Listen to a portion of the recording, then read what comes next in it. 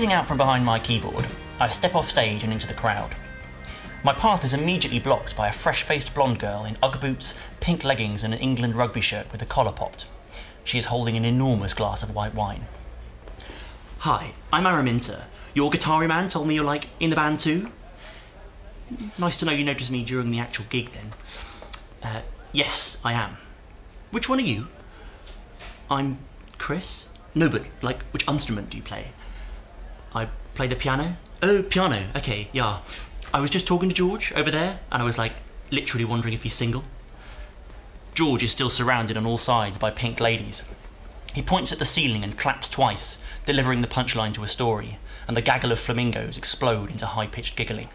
In every one of their eyes is a determined glint that says, "He's mine." Yes, he is single. Oh my gosh, that's blissful. He's such a super fitty, don't you think? Well, he's not really my type, to be honest. He really reminds me of, do you know Hadley Duckworth from Ampleforth College? This girl is actually mental.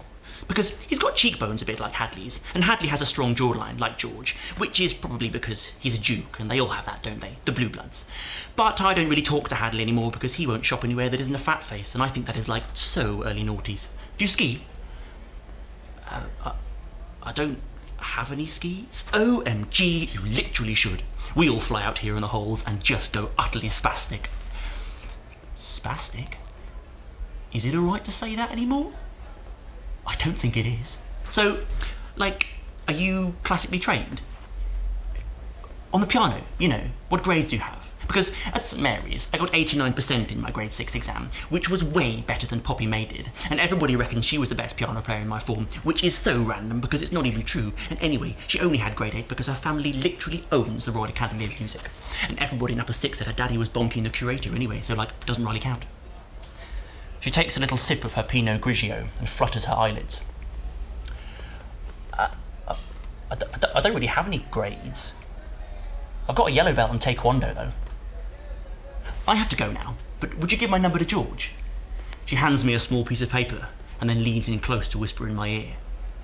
Tabby is being such a little bitch and not letting anybody else have a go on him. She, like, literally did this with Sebastian Spencer Betts when we were in year 8 and I was on tuck shop, and he said he fancied me and wanted to be my BF. Then I found out that she, like, touched his willy behind John Lewis. I stare at the little piece of paper, then up at Araminta, then back at the piece of paper. "Bye then," she says, and disappears. I'm standing there, wondering where the last 5 minutes of my life went, when George bounds over, his t-shirt streaked with gig sweat. He is drying the back of his neck with a pair of pants. "I see you got some chick's number there, my friend. Very nice." I pass him the piece of paper. "Yeah, she wanted me to give it to you. Apparently Tabby's being a bitch." "Oh, yeah." George pockets the number and looks back over his shoulder. "Tabby is a bit of a bitch. Nice bum, though." Emily, I'm sorry, we're just